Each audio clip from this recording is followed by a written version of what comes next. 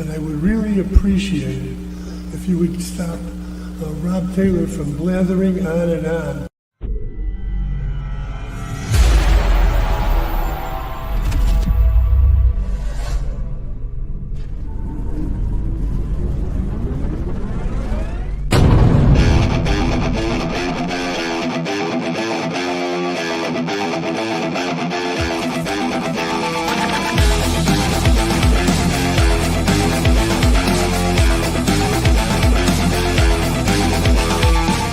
Opinions expressed by talk show hosts, callers, or guests on the Rob Taylor Report do not necessarily represent the opinions of the hosting platform, subsidiaries, sponsors, or possibly anyone else on the planet or the known universe. From the tinfoil and lead-lined broadcast bunker on the beautiful southern coast of Oregon, it's the Rob Taylor Report.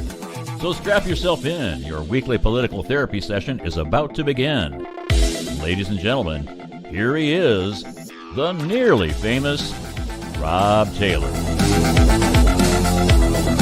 Hey, Coos County.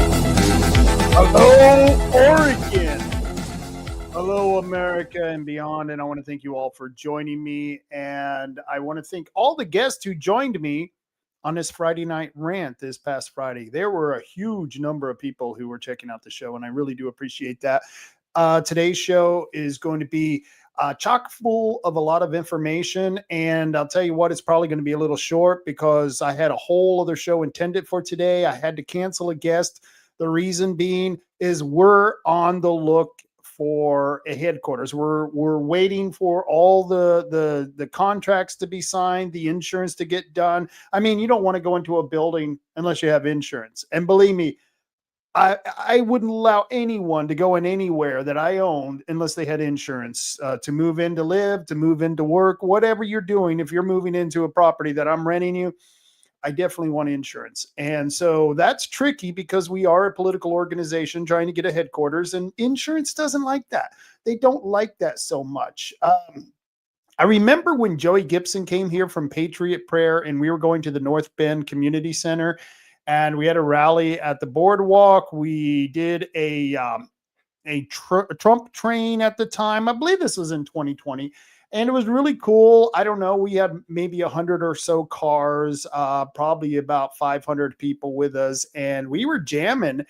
We went over to the North Bend Community Center. The police completely blocked off the sidewalk and gave us all kinds of great protection. I got to give kudos to the North Bend Police Department. They did an excellent job that day. And Joey spoke, and we had a couple of other speakers. It was a very good event. The thing that I like the most is that I had to get insurance, because you have to get insurance for those types of events. And I was going to be charged a lot of money because, well, it was political. It was political. And let me tell you, when it's a political event, insurers don't want to insure it. I mean, would you want to insure any political event in 2020? I doubt it. So I kind of understand that. So because it was Joey Gibson and I was pushing it as a Patriot Prayer event, I told the insurance, I told them a little white lie.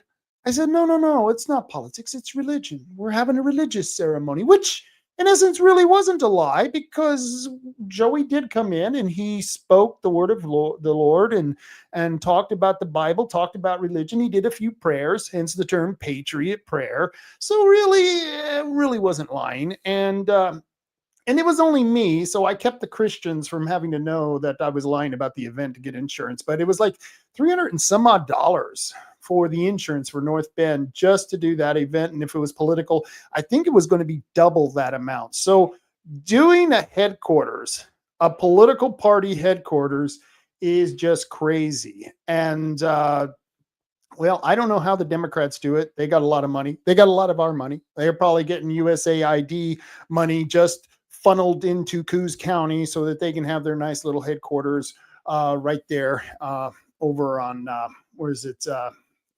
It's over by the World Building. It's an old shop over there, but they have their building. I don't know how much they paid for insurance. We looked it up. We saw the insurance company that they were provided, and we were checking out who provides insurance for the state party, and they were grandfathered in because that company no longer offers insurance for political events or for political headquarters. And so it's a pain in the ass. It really is a pain in the ass. So I thought today I was going to be able to get into the building, the new headquarters. We have the headquarters. That's all done. We've got the headquarters, but we got to have insurance just to be able to get the keys. And like I said, I don't blame the people who own it. They want to be sure that they CYA cover your ass, and they want to cover their ass. And I don't blame them, because there are a lot of litigious people out there, and we don't need no Sal Carruthers or some other idiot coming in there tripping and saying, "Oh no, I hurt myself. It's a liability. We're going to sue the Republicans. See, they're animals. They're commies. I mean, they're Nazis, commies, whatever." They call us a lot of things. So that's what we don't want, is we don't want to have the place vandalized, or the place, someone coming in and doing something like that. So we got to cover our ass. So we're still waiting for insurance to get the headquarters. And once we get the insurance, we'll get the headquarters, and hopefully we'll be moved in maybe even later today. I may get a phone call at any minute. I'll answer it. I'll answer it right on air. I don't care. I live dangerously. What can I say? And we will find out if I got the insurance. I'm pretty sure we got it. And I think all we're waiting for is the paperwork to go through. And once we get that, we will get the keys and we'll move in. And hopefully we'll move in time for the big Republican meeting that's happening on Thursday. Now, this isn't a sanctioned Republican meeting, meaning the actual chair of the party and the executive board, a good portion of them, haven't approved this meeting. This wasn't a chair. The chair didn't call this meeting. The vice chair, Chris Castleman, has called this meeting. And so it's really not technically an official Coos County Republican Central Committee meeting. It's just a Republican meeting. And that's okay, because eventually we'll get into the Republican Party. They can't keep us out forever. We're going to get in there one way or another, because the people have a right to be represented. Do you believe you have a right to be represented? Well, the chair, his name is Michael Brainer, he's keeping you from being represented in this county if you're a Republican, because he's not allowing the appointment of precinct committee people. Precinct committee people are the building base of both parties. So what do we want? We want to be able to get those people appointed so that we can call these official meetings at our new headquarters when we get our new headquarters in. So hopefully by Thursday, because we're having a meeting Thursday at 6:00. Can't tell you the destination yet. Big surprise. So keep tuning in. We will put it on Facebook. We will get that out there. But it's going to be really good. And it's a really nice place. And I got to thank the people who are allowing us to use this spot for doing so, because it's not easy to allow your name to be associated with certain political parties, because, we're Nazis, we're fascist, which is weird, because I'm not the one who was out this weekend with another group of people telling others what to say and what to do. And what to think, of course. I'm referring to the No Kings rally, and we're going to talk about that in a minute. But we are going to get that headquarters. It's going to happen, and things are going to go quite well. Chris Castleman, he just made a comment. He says, join Thursday, 6 p.m. for the informal meeting with your fellow conservatives. Let me put this up there. I guess I should show you before I start reading this. He says, there will be the first of several candidate forums for the Coos County Commissioners elections, and will be the grand opening of the new headquarters of the newly formed PAC, Friends of Coos County Republicans, location to be announced shortly. We hope to see you there. I don't know why I wasn't reading off my screen. It sure would have been a lot easier for me. Thank you, Chris.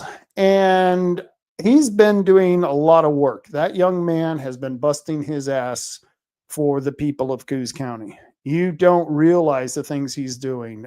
Behind the scenes, we've got a whole crew of people, probably about 20 people who are the hardcore group, and then about another 100 ancillary people who are working on getting this functioning up and going. And so right now, we are encouraging people to become PCPs for the Republican Party. Like I said, The chair doesn't want to appoint anybody, but that's okay. He doesn't have to appoint a damn person because the election's coming up in May. And if you've been a Republican since September 11th, you too can register as a Republican. Let me get that other. Yeah. There you go. So I want you to scan, if you're interested in becoming a PCP, if you are, I want you to scan this QR code to become a precinct committee person. And if you don't live in Coos County, it don't matter. As long as you live in Oregon, this will take you to the place you need to go to sign up as a PCP. It says once you register at the Secretary of State's office at their website, you will have your name on the ballot in the May primary to represent your precinct within the county that you live in. Check your voter registration card to find the correct precinct. Everyone has to know their precinct number to sign up, or the name of the precinct. I think our name is the Bandon Latte Sippers. I think that's what we're called. Yes, the Bandon Leftist Latte Sippers. That's the district that I am, District 16. And don't worry, we're going to try to flip that. We're going to try to flip that from the Joe Mug of Coffee voters from the Leftist Latte Bandon district. So we're going to change that. Don't worry, it'll all get changed. But you too can sign up as a precinct committee person. This is what we're pushing because there's a lot of things going on right now, a lot of things behind the scenes so that we can end the horrible voting system in Oregon. First off, we got to get rid of all those dead people who are on our voter rolls. They got to clean the voter rolls. The federal government is trying to help us with that. Then we got to end vote by mail. We got to end vote by mail, and we got to make it so that those ballots are secure. They're not secure right now. I mean, anyone who's ever been dealing with the post office, your mail isn't secure. I mean, anyone who believes that, I want to see what you're smoking, because it's obviously some incredibly good stuff. But no, there is nobody who who can say to me with a straight face that, oh, don't worry, our mail is secure, everything's going through just great. No, I've had all kinds of problems with the mail, and that's not even to have anything to do with my ballot. And remember, just the last election, the post office service lost almost 1,000 ballots. And how would you like to have been one of those people who had your ballots lost? Yeah, that's not a good thing. But let's see, NVBM. Let's go ahead and share that page right here. And that's the page you need to go to. Let's put it up on screen. Shoop. That's the page you need to go to if you're interested in finding out about our petition. You can actually, if you can't get out to one of our pop-up booths, and we will have that petition also in our headquarters once we get that up and going. I think they have them at the Reedsport headquarters. I'm pretty sure someone told me they did have them at the Reedsport headquarters, but the End Vote by Mail website, and that's endvbm.com, endvbm.com, and you just head over there. And if you can't get to one of our pop-up booths, you can download a single signature sheet. You can sign it, send it in. Really good stuff. Let's see. Chris Castleman. Chris, wow, you have a lot to say today. Probably because I'm missing a lot. I miss a lot, and that's okay. I need people like Chris and all the others in our group to follow up in what we're doing. But he says Thursday forum meetup will be streamed live via the Coos County Citizen Council on Facebook. And then he gives the link to the Facebook event, and we will be taking questions from the public. Of course, we would take questions from the public because, we're not like, those other Republicans. And we're certainly not like the Democrats. The Democrats don't seem to like answering questions. And just for your information, John Sweet has been invited to this event, and so has Richard Osborne. He's been invited to this event too, and neither one of them have decided to take up Chris's invitation. I think Rick just outright said a no, and John was a maybe, which in John world is no. That's how you read that. But this is very important, and I think more of you need to get out and find out about this petition because it's what's going to help us fix our voting system. And the fact is that if you're waiting for President Trump to send in the military to straighten out the Oregon government, you're going to be waiting until hell freezes over, because the military isn't coming, folks. We have to do this ourselves. There's 50 states in the union, and a good portion of them already starting getting their shit together. We need to do that here in Oregon. So let's do this ourselves. We love President Trump. We love the things he's doing. We like the fact that we got Judicial Watch trying to fix the voter rolls. But in essence, if we want to fix our state, we have to do it. And one of the ways of doing this is pushing this in vote by mail. And even if we don't win it, what we're doing here is we're getting the message out. We may not win this round, doesn't mean we won't come back again. So let's keep peppering this all over the place, because we got a generation of people who are starting to have their eyes opened up. You know, they've been through the woke process. They've been through wokeness. They've been through the indoctrination in public schools. And I'll tell you what, kids can see through BS. I had a kid. I've got a grandkid, and you can't, there's not a whole lot you can pass by them. They know, even at 4 years old, my granddaughter knows when you're feeding her a line of BS. And so this is something that I think the kids are waking up to. It's something we went through in school. Everyone rebels against the generation before them, but we also rebel against the leadership and authorities because, well, they're just full of BS. And today, the authorities, which in this state are mostly leftist goons, and I'm talking about the teachers, most of them are leftist goons. And don't get me wrong, there are a lot of good teachers out there. I know a lot of good teachers, a lot of good retired teachers, very good people.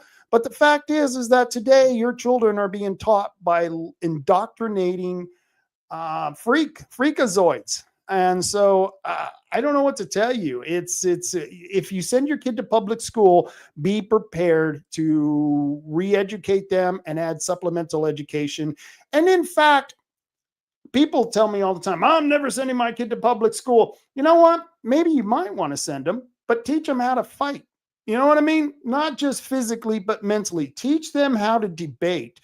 And you're going to see a kid who's going to take it upon himself to challenge all those crazy woke ideas. And maybe if we had more kids who were at home learning that what the indoctrination is, the bullshit they're trying to feed you, maybe they would go back to the classroom and they would challenge their teachers on this.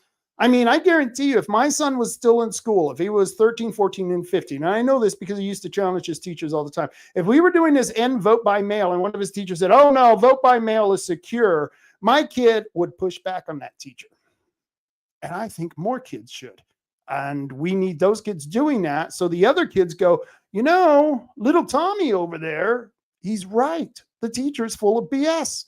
And so that's why you may want to send your kids to school if you are giving them the knowledge they need to debate their teachers and to stand up against peer pressure. Peer pressure is much worse than the problem you have with the teachers. But, you know, like I said, teach your kid to fight mentally and physically because in today's world, they may have to. Let's see. So I wanted to show another thing because we're doing that in vote by mail. And of course, the governor, that wonderful, wonderful person thing that we have in the governor's office. Yeah, she needs to go. She really needs to go. But she hasn't signed the bill. She hasn't signed the tax package that increases our taxes immensely. And she hasn't signed that. And the Republicans responded. And I wanted to read that a little bit because I didn't get a chance to on Friday. Friday was a great show. If you didn't see Friday's show on Friday night from the Friday Night Rant, you got to go back and check it out. That was a great time. But the House Republican leader, Lucetta Elmer, Senate Republican leader Bruce Starr, and I'm not a big fan of either of them, but there are Republicans. I'm now in the Republican Party. I don't know how long that will last, considering how these Republicans in Oregon act, but I am in the Republican Party, and these are the leaders of the party. And here they had a press release. Republican leaders call out Governor Kotek for denying Oregonians the opportunity to repeal $4.3 billion tax hike. Now, how do you feel about that? So We have a No Kings rally going on this past weekend. And they're saying, oh, no, Donald Trump, he's the king. And I don't know how they're getting that, because no king would allow a no kings protest. That's how you know you don't have a no king a community, that's or country, because if you are out there protesting against the king and the king allows it, he's either not a very powerful king, or maybe he's not king at all. So you're just BSing us. That's where I would lie. But this governor who sat there and pushed this bill through, they tried to shove it down our throats. I think over 90% of the people were opposed to that. And I think it was over 90%. It was like 93 something of the people who called in and testified against this bill. She ignored them, and she said she's a Democrat. She believes in democracy, and yet she's denying democracy like she was queen of Oregon, sitting on her royal throne. Yes, I wonder what the royal throne, I bet it stinks because she's been sitting there. But Royal Queen Kotek, yeah, she is something else, to say the least. But this is a pretty good response from the Republicans, who, by the way, they could have stopped this by walking out. All of the senators could have walked out, and we'd still be fighting this in the legislature, but they didn't. So here we are. Salem, Oregon, after months of urging state lawmakers to pass the transportation bill, citing impending layoffs and road safety concerns, Governor Tina Kotek has still not signed House Bill 3991, more than 2 weeks after the legislature passed it. Going back to that democracy thing, she's stifling democracy. Stop stifling it. Stop it, Tina. And after failing to pass House Bill 2025 during the regular session, the governor called a special session over Labor Day weekend to pass a scaled down version of the bill. However, she was noticeably absent to defend her own legislation and listen to the majority of Oregonians who opposed it. And it was a huge majority. When leaders believe in their policy, they sign it. The governor pushed for this $4.3 billion tax package. Now she owes it to the Oregonians to own it, said House Republican leader Lachetta Elmer. She represents McMinnville. If she's confident it's the right plan, she should welcome voters' input, not run out of the clock. That's right, and that's what she's trying to do. She's trying to run out the clock, and we don't want her to run out the clock. She's a cuck who's running out the clock. It's a horrible thing. In delaying signing it, the governor is preventing Oregonians from collecting the signatures needed to refer the bill to the ballot for voter approval, which must be done within 90 days of the legislature's adjournment on October 1st. Now, they need to change that law and change it. When you do a repeal, when you file a referendum, it shouldn't be from the date of adjournment. It should be from the date of the governor signing it. That's the next law we need to change. Maybe we should put an initiative on the ballot changing that law. There's a lot of things we should be doing. I continue. It says, this is a calculated move to silence voters, said Republican leader Bruce Starr. Governor Kotek and the Democratic supermajority.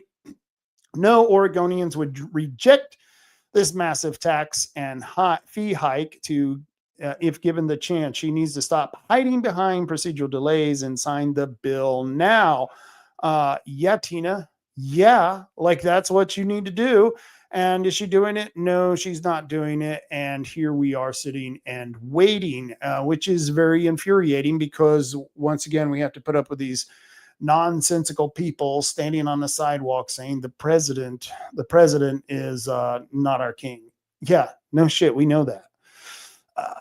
So that's just one of the stories that we've been having to deal with. And I hope you get involved with the End Vote by Mail. Go to endvotebymail.com, sign the petition, and let's get this moving. Let's show this governor we're not going to put up with her bullshit. No, we just refuse. And then we have another tax that, of course, is, this is the other repeal. I wanted to show you the website for the actual repeal of the tax package. And let's see if I can get back to that. Share this tab. Okay, I will do that. And there we are. Your wallet, your voice. This is right here, the No Tax Oregon. If you want to find out more about the tax that's getting ready to fall on us. If we don't repeal this, we're going to be paying a lot of money. This is the website. It's at notaxor. That's notaxor.com. And it gives you a lot of different updates. It shows you places where you can update. They need a lot of update on this.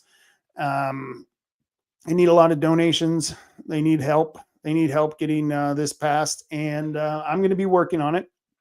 We already have a crew of people, probably about 30 or 40 people, which is huge.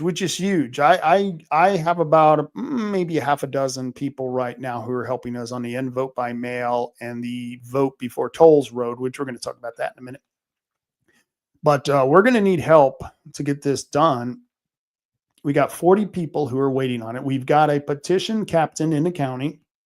He is someone new to politics. He's a really great guy. And in fact, he says he's just retired from the government. And now he wants to become a Republican precinct committee person. So not only are we getting a person helping us out to stop this no tax Oregon, this person, and I don't want to say his name, he's going to be the captain of this petition. He's never done that before, so we got to help him out. But he's going to do this, and he wants to start getting involved in the Republican Party. Of course, I'm sure he would love to be appointed to precinct committee person, but unfortunately, the chair, Michael Brainerd, well, he's brainless and doesn't know what the hell he's doing and doesn't want to grow the party. Why? Because it's a captured party. But the man who's pushing this petition here in the county, who's the captain of the petition here, he wants to join the party and he wants to get involved. And we're going to do more of that. We're going to keep pushing the precinct committee person position, and we're going to keep pushing these initiatives. And if you want to get involved, you can sign up right here at this website. And once again, the website is notaxor.com, notaxor.com. And you can find out a lot of the updates on there. Sign up. I'm pretty sure they're still adding to all the county groups. And we don't expect this petition to be out until about the 12th through the 15th of November. We're going to have very short time to be talking about this. Nick Stark from Oregon Freedom Coalition was supposed to be my guest today. It was sad. I had to send him an email saying, Nick, and I explained the whole Republican headquarter thing and getting insurance, and he completely understood. And we're going to get him on probably next Monday. We're going to have him on here talking about this because he's one of the people behind the referendum to repeal this stupid ass tax. And we're really starting to build up a lot of momentum here. So out of bad legislation, we might get a better, more responsive Republican Party. And isn't that what we want? Samantha Fox, she was on Friday night. Samantha Fox was great on Friday night. Like I said, I had a lot of good guests, a lot of good responses from that show. But she says the Republicans should have never allowed an unconstitutional bill to begin with. And I agree with you. But you know who the leadership of the Republicans were? It's, let's see, it was Bonham at the time of the passing of this bill. I believe Bonham was still there. Now it's Bruce Starr. And of course, David Brock Smith, old DBS. And they were never going to walk out, Samantha. They were never going to leave. They don't want to risk any Mars on their political history or record. I don't know what the problem is. Well, I know what the problem is they're probably all bought and sold for.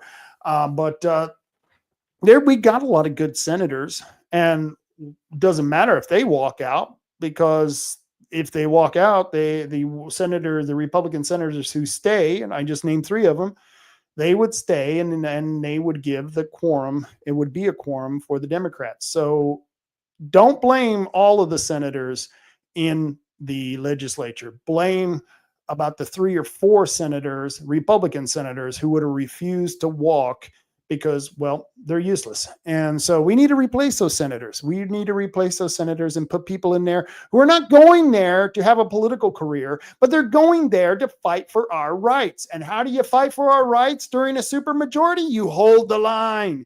You hold the line. You don't make deals. You don't reach across the aisle. They've got a supermajority. Why would you need to walk across the aisle?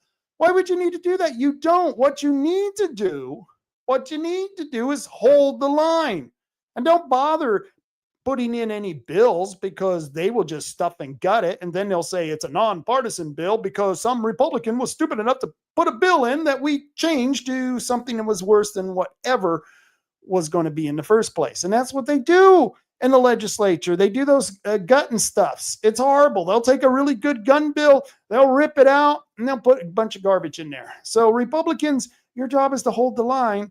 And if you can't hold the line, then you deny them a quorum. You deny the quorum.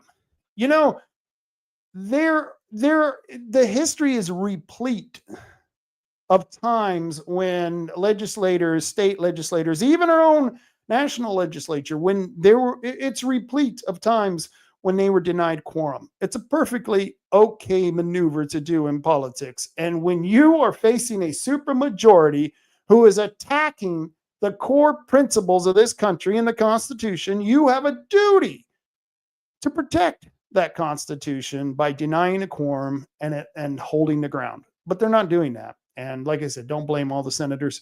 It's just a handful of senators. And like Rick Coleman said, you mean Democrat Brock Smith? Yes, I do mean Democrat Brock Smith. He's no better than a Democrat. He's worse than a Democrat, in fact, because Democrats, just for the sheer fact that they have a D after their name, they're liberal douchebags. I mean, John Fetterman has been sounding really good lately.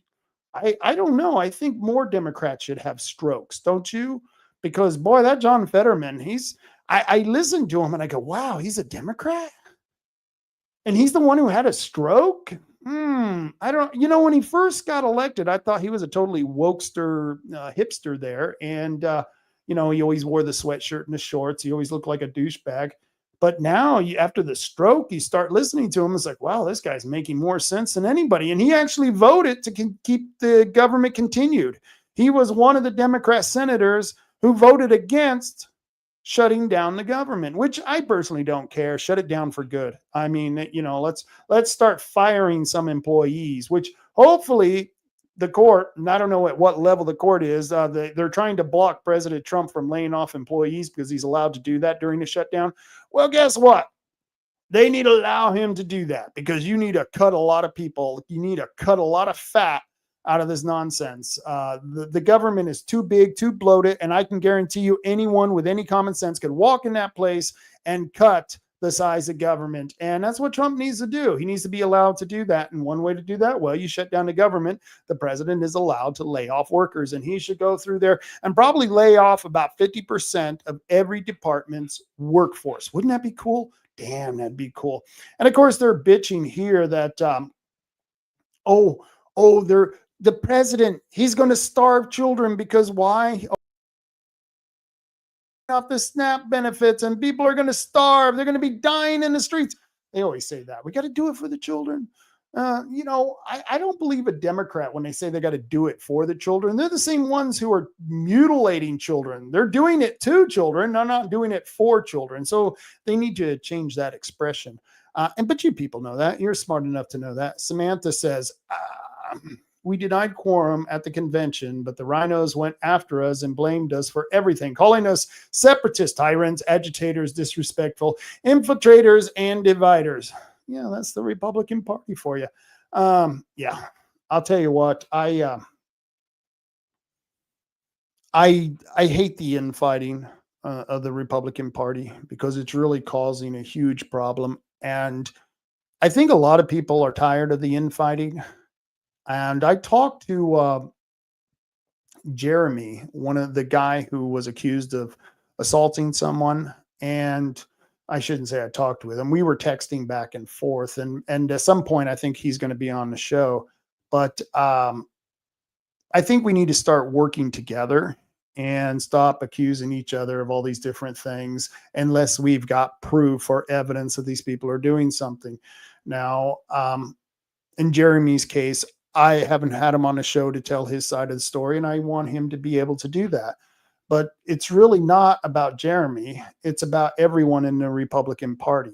There's a lot of us who are just so angry at the representatives and the senators who are failing us in our counties, in the districts that they're supposed to represent. They go to Salem, they say they're Republicans, but they're voting with the Democrats, just like David Brock Smith, just like Boomer Wright. And Boomer Wright is retiring. We're going to be talking about that in a minute. And which is a good thing. The only problem is we only got a Democrat running against them, a leftist Democrat, of course. And I'll show you who this dirtbag is in a minute. But before I go on to that and talk more about the Republican Party, the state Republican Party, I have to talk about IP 31, vote before tolls. Let me see if I can share this tab. Let's see if that tab is sharing. Yeah, that's good. So tolls are coming January 2026. IP 31 gives us the right to vote before tolls. Governor Kotek responded to our pressure and delayed, but did not stop. And so it's still coming our way. And the Republicans, I mean, I shouldn't say the Republicans, the legislature, the Oregon legislature, they love to tax us. They really love to tax us. And people have been signing this petition. They've been coming up to the petition booth. And the first thing they ask, and I love this question because it's one of those questions that kind of answers itself. They will look you straight in the face before they sign it and they go, well, they wouldn't actually put tolls on our roads, would they? Well, I got news for you, Gomer. They would. They would put tolls on our road, and not just one toll, from what I understand. There was one representative, one Democrat douchebag, who was putting up several tolls on Highway 101 alone. Could you imagine that? You're driving from California to Washington on Highway 101, and by the time you get there, you got $100 worth of toll fees. And don't tell me, well, they wouldn't do that now, would they? Yeah, Gomer, they would. Trust me, they would do that. And so that just cracked me up. People were coming up to the booth and they were there to either sign the recall for the governor or to the end vote by mail petition. But then I would tell them about the tolling petition, and it was like they wouldn't believe me. Oh, there's no way the governor. And I go, well, they just passed that gas tax, that tax package, that puts 6 cents on our on a gallon of gas, and they can increase that at any time once this gets into law. And now you have to go to Bullard's Beach. It's going to cost you $10. And you have the nerve to ask me that they wouldn't dare put tolls on our road? Gomer, get a clue, man. They're going to toll our roads. They're going to squeeze this lemon until the juice runs dry. Okay, have you gotten it now? That's where we're going with this. And so this is just something more that we have to worry about. And as we are Oregonians, the Oregonian Constitution, we're supposed to vote on taxes. I don't even know how they got the tax passage by. I'm going to have to find that out so we can talk about that on the show. How did they get this tax package through the legislature when in the Constitution, Oregonians are supposed to vote on taxes? We're not supposed to have to file a repeal or a referendum on a tax law. We're supposed to be able to vote on that automatically. And so this tolling thing is just exactly as bad as the gas tax package. So you can sign that. And I believe if you go to this website, well, let's look. I'm on it. I might as well look. Let's see the initiative right here. Here's the initiative. And if you go down, it says IP 31 is a statewide initiative to put a ballot measure on the 2026 ballot. A vote is required before any new toll. That's all we're asking. We're not even really, stopping the tolls. We're just giving the voters the authority to not have to, or to be able to vote on any new tolls. Is that such a bad thing? Really? Is that such a bad thing? Rick says, we'll be lucky if the tolls only add to $100 from border to border. And that's exactly right. I was lowballing it, Rick. I was lowballing it. I was giving them the benefit of the doubt. I'm sorry. I'll never do that again. Let's see. IP 31. And the petitions are now available. You can request a 10 signature sheets. That's 10 signatures on a sheet. That's the sheet that I am circulating right now. And if you can't get out there to one of our booths, that's okay. You can go to the single signer petition right here on the website at Vote Before Tolls. You can download the petition, you can sign it out, send it in. It gives you the address right there. You see right there? Gives you the address to send in. And here's the initiative text. It tells you, it's just, we the voters, we just want to be able to decide whether you are going to be able to put tolls on our roads.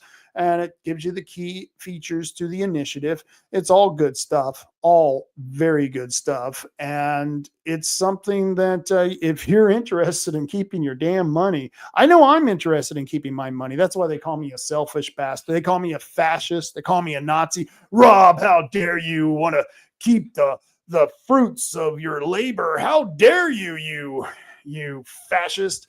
And so I'm a fascist and I'm selfish and I want you to be able to keep your money too. That's how fascist and selfish I am. I don't want this. I don't want Tina to have it. Tina's not good at anything. I want you to have it. And so, that would be the best thing for everyone. So those are the 3 websites that I wanted to go over because, you might need to go there and download one of those sheets. And so that's the End Vote by Mail, No Tax on Oregon, and Vote Before Tolls. Those are the 3 petitions that we have out now. And all of you who are still calling me about the recall and the governor, that's already done with. We're done with it. That's how quick it was. It was so quick, you missed it. You blinked, you missed it. And I'm sorry I wasn't able to get out to Myrtle Point and to Powers and all over the county. I do apologize for that. These things hit you really quick, and we still have, all the people who volunteer, we all have lives too. We have jobs and we have family and we've got chores. We got things that we need to do. Most of us own businesses, or we work for or have pretty busy positions in other people's businesses, or like I said, we've got a lot of other things to do. There's a lot to life. And so I think we were spending like 15 hours a week getting signatures. And that's a lot of time when you put it on top of all the other stuff that we're doing to try to straighten out the county and the state, all the above. And so Rick Coleman says, what about the SWAC pervert removal petition? We'll talk about that. In fact, why don't we talk about that? Let me see if I have that. What Rick is talking about is that someone had put out a petition to stop to help stop or design to help stop SWAC from being able to or continue to have Curtis Buell, who is a registered sex offender, and he works with girls about the same age that he molested. And this is nothing allegedly. You can find this in the court documents. Let me see if I can share this. And thank you, Rick. Thank you for pointing this out. This is another unofficial petition. This is at change.org. I don't know who did this petition. I really don't care. We're up to 187 signatures, which is really cool because they had a petition at one point because I was a homophobic, transphobic, racist, and they wanted to get me off the radio. And I think they actually got up to almost 200 signatures after 5 years. This hasn't been out very long, and they already have 187 verified signatures. Let's see when this was started. Let's go down. Does it even tell you? 3 supporter voices. So you can go here to change.org and look up Demand Accountability, Fire Curtis Buell, and Hold SWAC responsible for endangering our CO. I think that's county or company or whatever. I'm not sure, but they are endangering our children. And recent signers, just 4 hours ago, it show you right here. Look at all these people who are signing. This is really cool. So go to this petition. You can go to my Facebook page, scroll down to my Facebook page, and you can find this, or you can go to my Twitter page, and they will be able to show you. I have links to show you where you can sign this petition.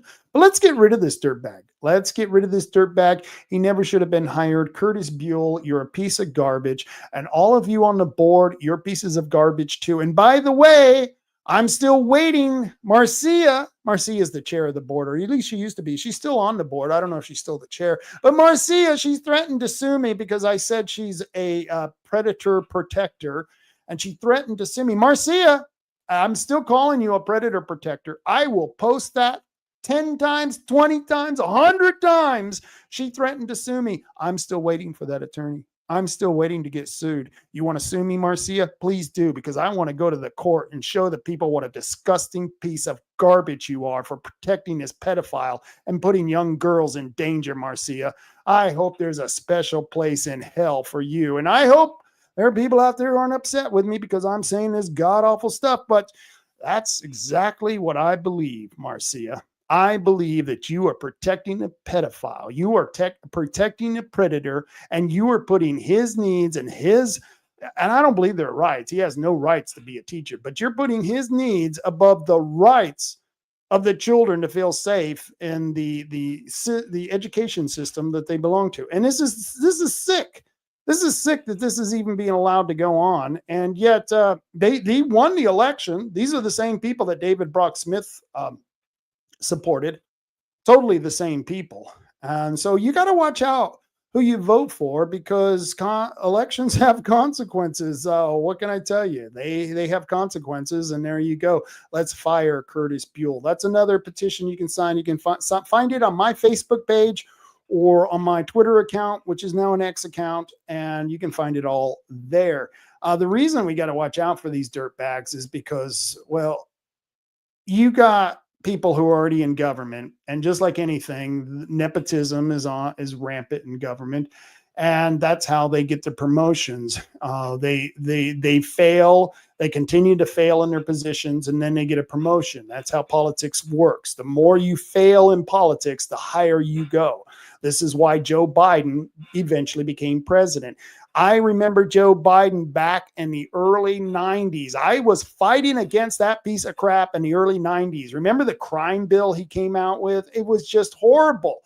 And I fought against his nonsense years and years ago. So I don't know why people don't watch these local politicians, because those local politicians here in this area, when they move up, it doesn't matter if they were good, bad, or otherwise. It all matters on whether they can run a successful campaign and convince the voters, oh, don't worry, this time they're going to get it right. Don't worry if they fail. Well, this is what I want you to remember. I have a suspicion that Jessica Engelke is, she's got political ambitions, but I want you to remember where she comes from.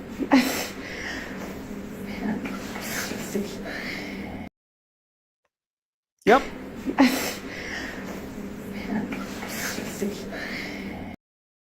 Yep.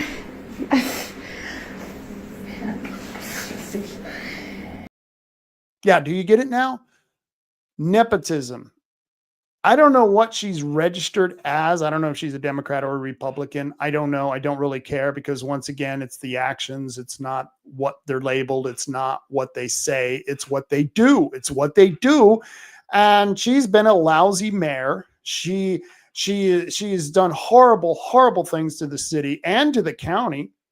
She was the one who was pushing those four new board members to be on the county school board. I mean, the North Bend School District, so that they could vote for that urban renewal project. That cost the county about $65,000 a year. You and I pay for that. We are now paying for Jessica Engelke's urban renewal debt. Thanks, Jessica. Gee, send me your laundry bill too. Yeah, well, if you want to know where she's going, well, that video.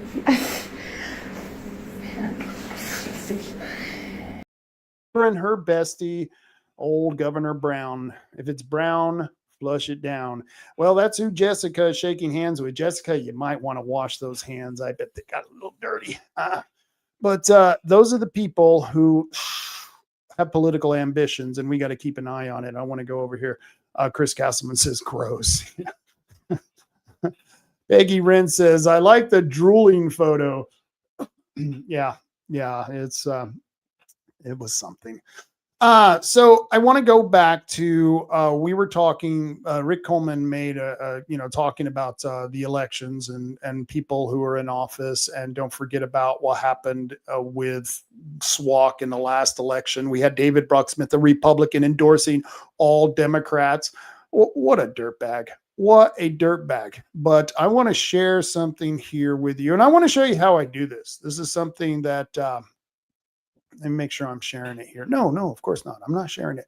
Let me see. Let me get back to it. Let me share this tab.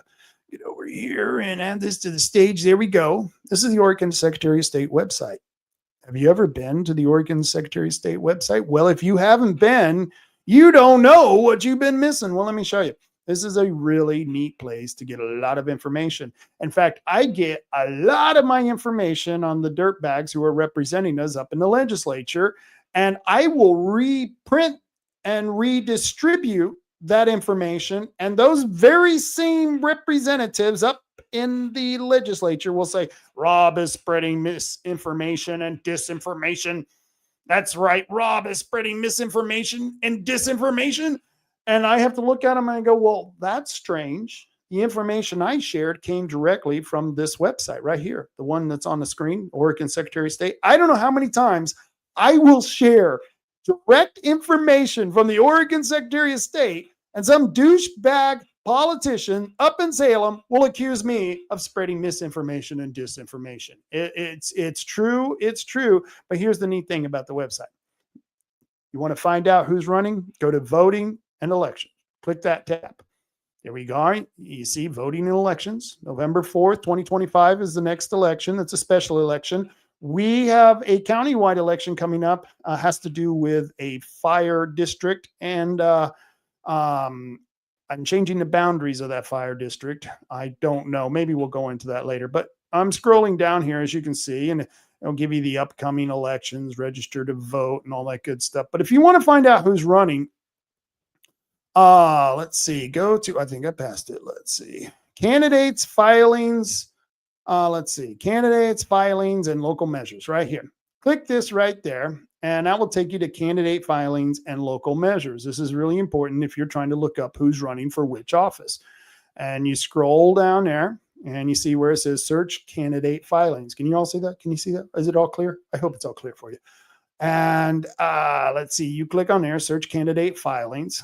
And of course, I was interested. In who's running because let's see who's running. I know Court Boyce is running. I know Boomer Wright's seat, that's District 9. They're running. So Court Boyce is District 1. I forget what Dick Anderson. I forget what his district is. We'll look that up in a minute. But that's all right. Let's see. Let's go for 2026. Which election? Well, we got to get through the primary. Let's see. Filing for office. Let's see what we got here. Why isn't this giving it to me? Oh, no. Why isn't this giving me a candidate? Search by candidate. Let's see if candidates filings. Let's go here.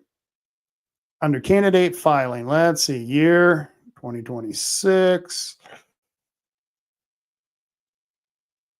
Oh, wow. You can just click that and get all the, yeah. Well, I don't want all of them. I don't want to go through that list. I want to go through a specific list. So let's go back here.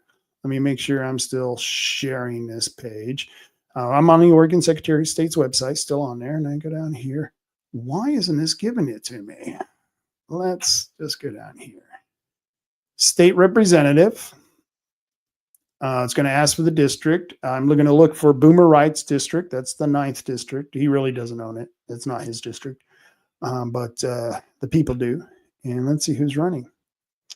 And why does it keep giving me all of this nonsense? I have no idea why.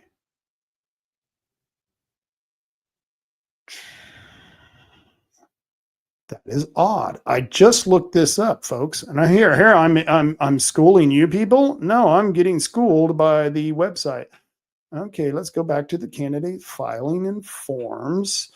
Let's go to the search candidates filing. Let's go to the year 2026, which election? Oh, there we go. See, it wasn't me. It was the damn computer. Okay, U.S. Representative and District.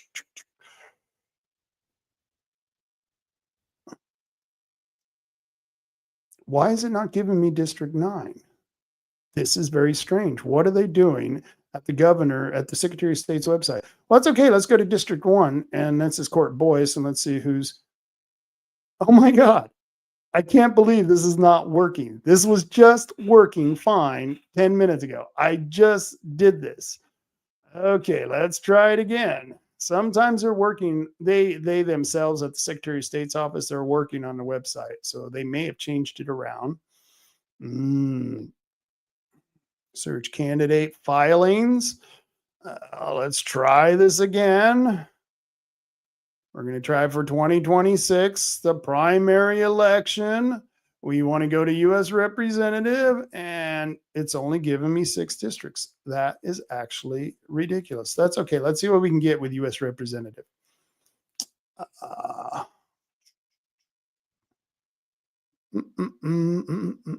District 9. No, wow, this is strange. They're doing something at the Secretary of State's office. That's okay. For some reason, they've foiled my ability to do this. They probably knew I was going to do this on the show, and they foiled it. At least that's a conspiracy, the crazy conspiracy theory I'm coming up with today. That's perfectly all right. Let me see. There was a gentleman running for, for District 9. Boomer Wright is not going to be running, and his name is John Ezra Shearman. And I'm going to put up his Facebook page, and I'm going to share this. And this is the guy who's running here in Coos County against Boomer Wright. And like I said, you should have been able to find this. I should have been able to find this on the Secretary of State's website. I don't know what they're doing. They're really messing with me. But as you can see, John Ezra Shearman, this is his picture. He's running for against Boomer Wright. Well, Boomer Wright ain't running, but he's running as a Democrat for Boomer Wright's position. This is District 9. So if Boomer Wright represents you, this guy wants to represent you. And look at it. This is John Ezra Shearman. No more new downloads for the No Kings. No Kings, the people versus the pretender. Yes, they got their own downloads. And of course, here he is. Here he's showing the No King protest.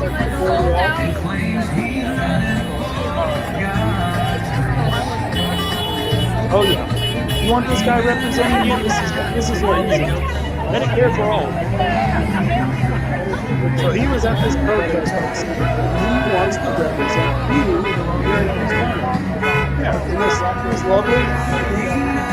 His Facebook page. Let's see what he's got here. Oh, here's more pictures. He's not a very good photographer, and I don't know what he was trying to prove there. But as you can see, this guy is no friend of people who want constitutional republics to remain intact here in Coos County. This guy is totally not a friend. And so let's go down, see some of his other. Oh, of course, Ronnie Jennings. Great photos and videos. Ronnie Jennings. I'm not sure if she's still the chair of the Democrat Party, but Ronnie, she's a total leftist. And here we go. Here's a Trump meme. He's got a Trump meme. And as you can see, I even have 35 mutual friends. There's Mo Aker. Mo, she's been a big Democrat for a long time, you know. Yeah, good old Mo Aker. And so that's the guy who wants to take Boomer Wright's place. And so we need a good, strong Republican to run against him. There are a couple of people's names who have been bantered about. But if you don't want to be represented by this leftist, communist, Trump-hating person, then you might want to consider running for that position yourself. The only ones who are going to save us is us. And the only ones who can run for that position are people who live in the district.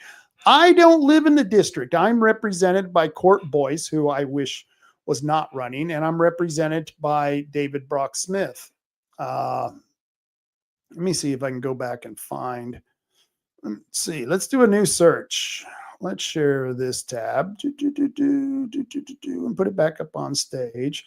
And let's see if I can find Court Boyce's seat, because sometimes what they do when they're working on this website, they will it will update itself as you're looking for these people. Filing for office, it's a state representative. Let's see if they give us more than, oh, looky there. Oh, looky there. See it now, I can show you. And you guys have witnessed this. I haven't done anything different than I did before, and it wouldn't give me the same results. This is your Secretary of State's office. This is how good they are, or not so good. I don't know.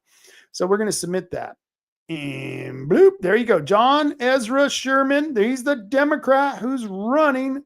I just showed you his Facebook page. Yep, I just showed you his Facebook page, and he is a Democrat, and he's running for state representative. There's nobody else running in that race, folks. Nobody else. This is very important. Do you want to be represented by John I'm a Commie Shearman? I don't think so.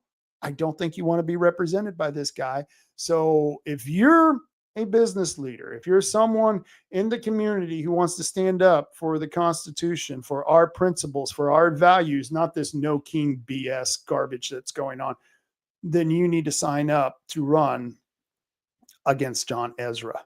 We need John Ezra Shearman. We need new good Republicans to do that. And if you're someone who thinks you could be a good candidate, and you are a good candidate, I would be the first to support you. If you're a libertarian or a Republican, I'd prefer a Republican at this point, a Republican who actually is a libertarian at heart. That's the kind of Republican I like. But that's okay. A really good conservative Republican would work well. At least someone who's conservative, not like Boomer Wright, who has voted with the Democrats several different times. And Boomer Wright was the one who was the chief sponsor of that bill that took away our voter authority over the utility rates in Bandon and in North Bend and in Reedsport. Yep. He cornholed us good. Yes, thank you, Boomer, because we worked really hard in Bandon to make sure that that part of the charter of the city made sure that the voters had authority over the utility rates. Why? Because they kept increasing the utility rates willy-nilly whenever they wanted. And we said, no. We think the voters should decide this. And of course, they had reasons that they didn't want to do it. One of the reasons is that if we weren't paying a certain amount for those utilities, we weren't able to accept grants for those utilities. But that's okay. I'm sure they could have found other grants. They could have found money sources. They should have worked on it instead of taking away voter authority. So what did the mayors of North Bend and Bandon and Reedsport do? And in Bandon, that's Mary Shammerhorn, or Mary Shamehorn. She should just be called Shamehorn because she should be ashamed of herself. Mary, mattress back Mary, you need to go. And Jessica Engelkey, I just showed you a video of her and her bestest buddy, old Kate Brown. Kate Brown and Jessica, they're like that. They're all bestest buddies. Well, we need to find new people to run for these positions. But these mayors went to Boomer Wright, and they had Boomer Wright create a bill that took away your voter authority. They helped destroy democracy in our cities. And they call us the kings. They call us fascists. They call us Nazis. Boomer, you're a jerk. And I'm glad you're not running. You are a waste of time. And I regret every good thing I ever said about you, because any representative who would take away voter authority after we worked so hard to put it in our city charters, you deserve to live a horrible life. I don't give a damn about you. And I certainly don't want this John Ezra Shearman being my representative. So I would suggest that we get a representative that's a good person. And if you meet those qualifications, you're someone who's going to stand up there and actually stand to hold the ground against this communist agenda that's being shoved down our throat, I would be the first to support you. I'd be the first to cheer for your candidacy. I would love that. That would be great. That would be a very beautiful thing to happen. So keep that in mind. John Ezra. Let me see if I can get back to that page. Let's do a new search. Heck, let's see what else we got there. Let's do 2026. let's see the election. We're going to go back to the primary, filling for office. Let's do state representative again. What district? We're going to go to District 1. That's Court Boyce, and see if anyone's running against him. Let's submit that. And as of right now, no, nobody's running against Court Boyce. That's too bad. He needs to go. He's a lousy Republican, not much better of a person. That's the problem with politics. Most people who get into politics, they're narcissistic jerks, and they're just in it for the glamour, for the title. They love the title. That's why Mary Shamhorn stays mayor.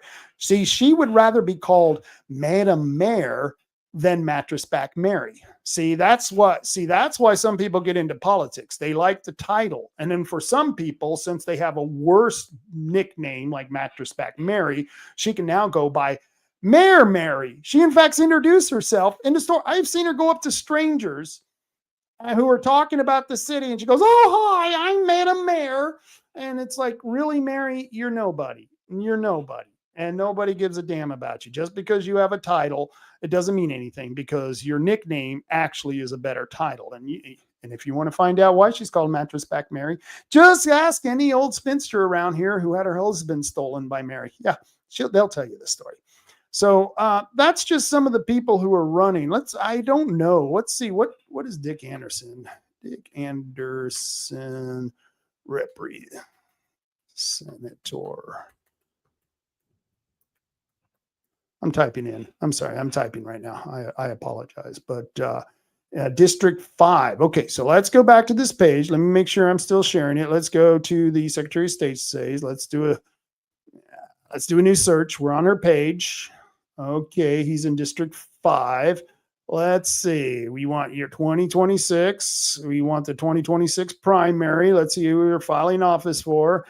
He's a senator. Doesn't mean anything. It really doesn't mean fourth. Oh, he must not be running. He must not be running. Oh, well, that's interesting. So, yeah, I don't think it's the computer this time. I think that he's not running this time. So I guess he will get through unscathed for his lousy voting record. So that's just what's happening there. Let me remove that from the screen. So we need candidates. We need good candidates, and we need people who are actually going to stand up for the word. If you join the Republican Party, you should probably be a conservative. You should be at least a libertarian-minded conservative.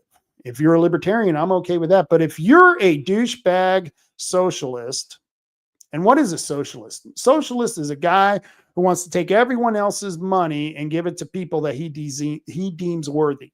They're thieves. They're just collective thieves. They just want to use the power of government to do their thieving. That's a socialist. So I have nothing good to say about them. They're all dirtbags, and they all support an ideology based on thievery. I'm not for it. I don't know. Maybe you like the thievery. Maybe you want to get in on the grift. I don't know. But yeah, we need to find new people to help us win these seats and get into office and take the place of a lot of the very bad people who are there now, such as Boomer Wright and David Brock Smith. Let's see. Here was another one. Going back to Jessica Engelke. You're going to love this.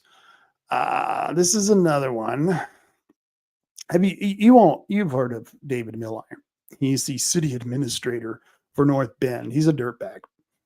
And he's a special kind of dirtbag. He's one of the worst dirtbags. He's part of the administrative state behind most governments. And he's really who runs the city. I can guarantee you the only reason that he's allowed to keep his job is because he's really good at getting grants and those types of things into the city, which people go, well, Rob, what's wrong with that? He's bringing money from outside. Yeah, but that money comes with strings.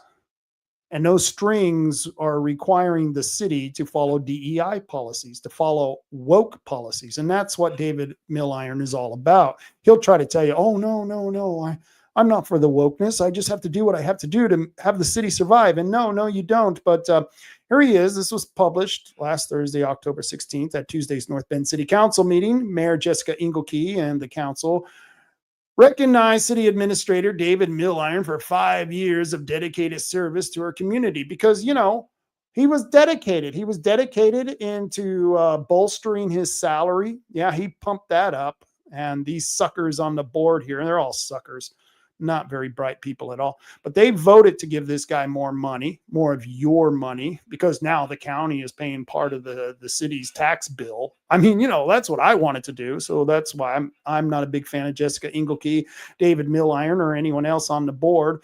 They can all, pound sand as far as I'm concerned. But here, let's go over some of the highlights. Highlights from the Dias and management team. Mayor Engelke thanked David for his tireless work, ethic, and early genuine investment in North Bend. The kind of leader who does his homework, shows up, and serves well beyond city limits through volunteerism across the county. Yeah, if you mean finding ways to screw the taxpayer out of our money, David is great. Doxing private citizens, using his authority as a city manager or city administrator to put pressure on the local newspaper to get them to release the name of someone who is writing under the alias. And of course, I'm talking about Samuel Adams. He doxed Samuel Adams.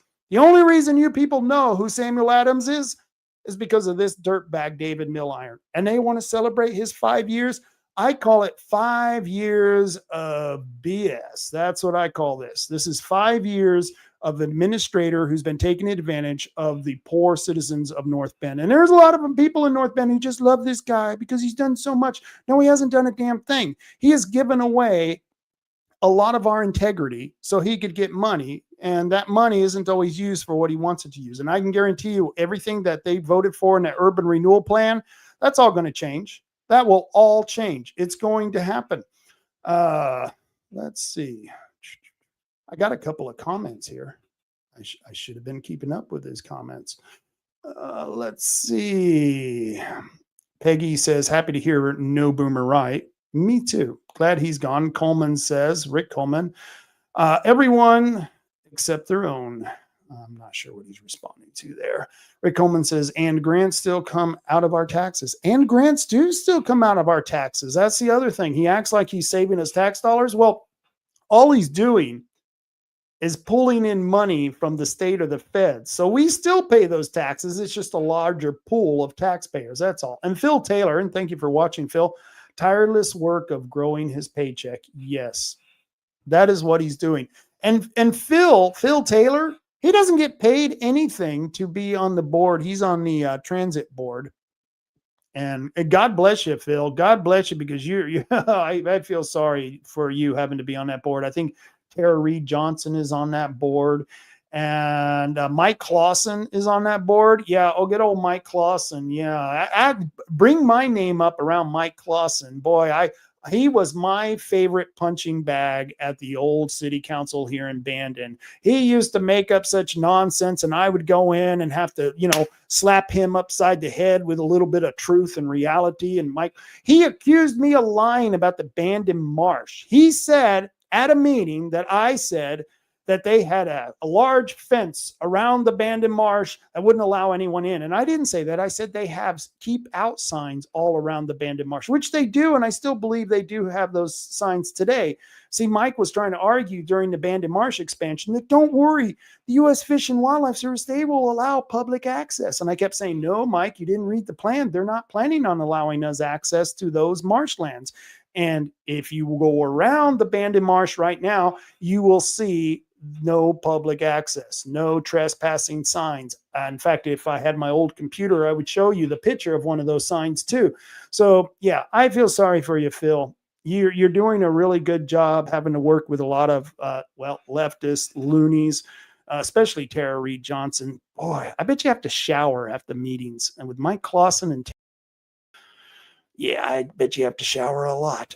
So that's just some of the things that are going on in our community, if you can believe that. Let's see, what else did I want to cover here? I had a couple of stories that I wanted to go through as well on the federal level. This is something that I don't know if you remember last week.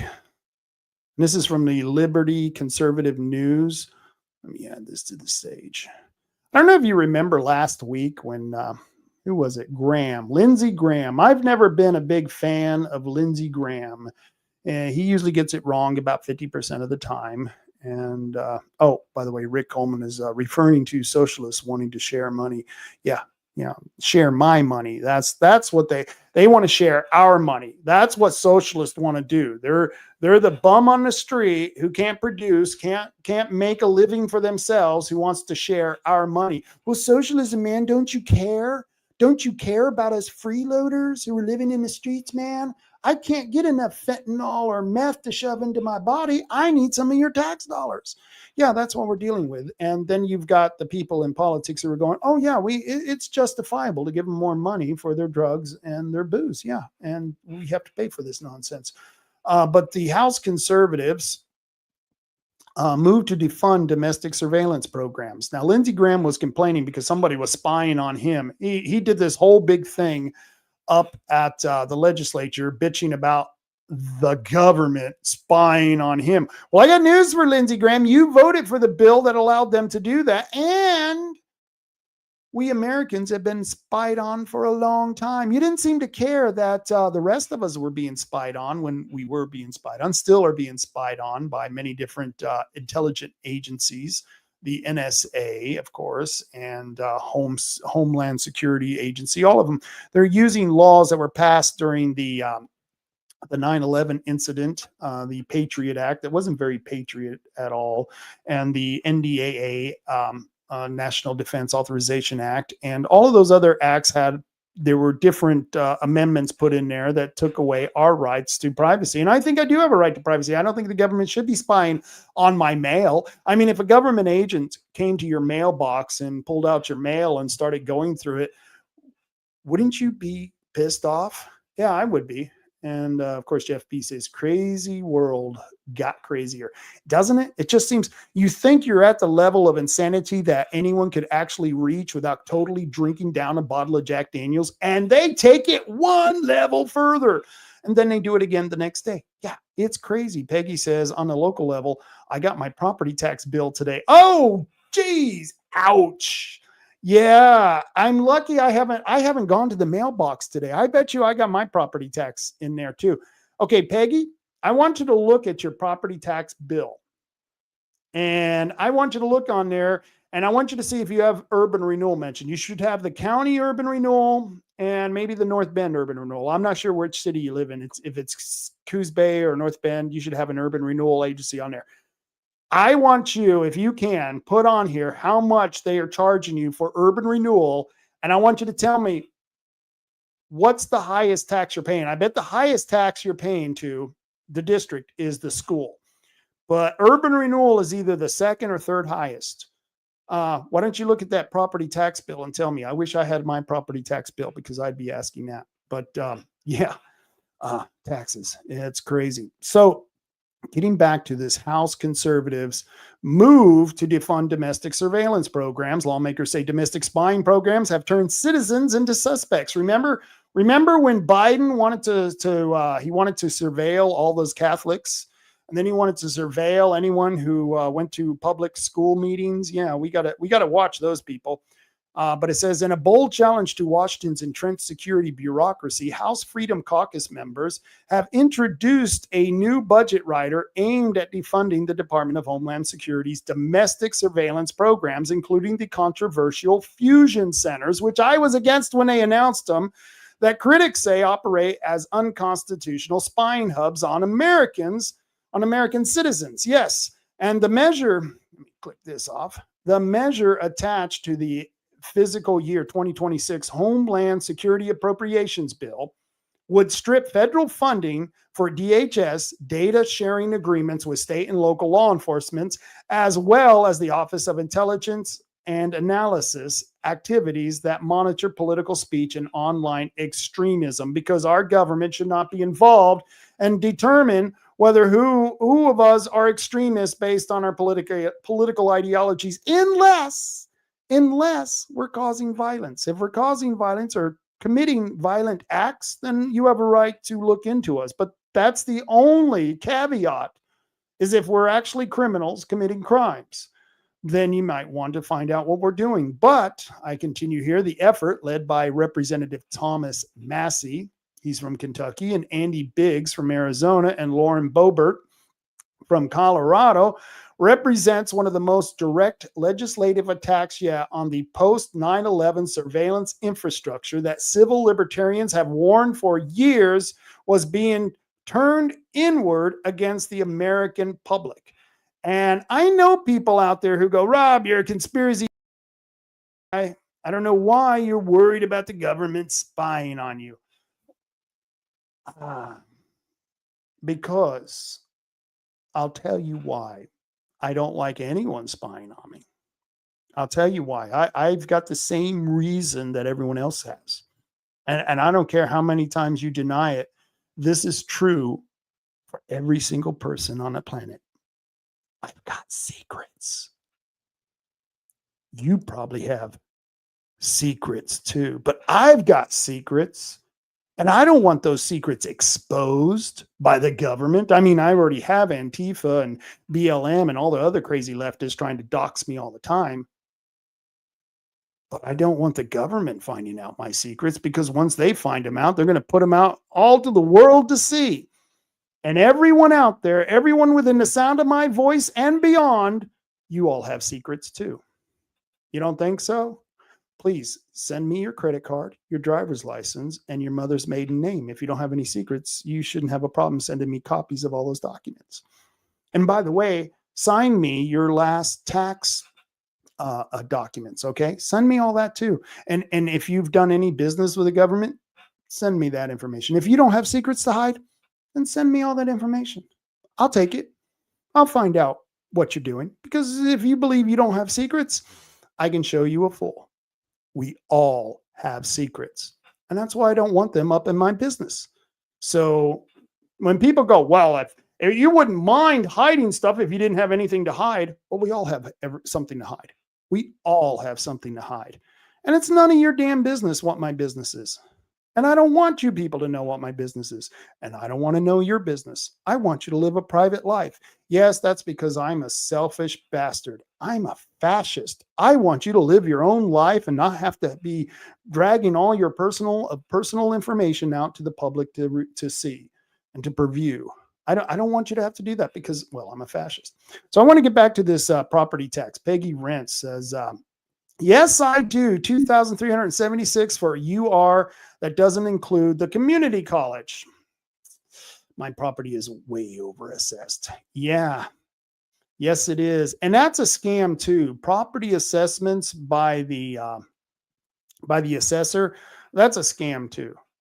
That's all BS. Really, it's guesstimation. It's where we're going to guesstimate. And if you don't believe me, go down to the county assessor's office or the treasurer's office and ask them to explain the property taxes. Ask them to explain compression. Ask them how they come up with the way they assess property value. And after sitting there for probably about 2 minutes, that's all it would take, them talking for 2 minutes, you're going to go, wow, this is a scam. Property taxes are a scam. Can you imagine that? This is why I believe in consumption tax. That would be a tax, a sales tax. And here's why.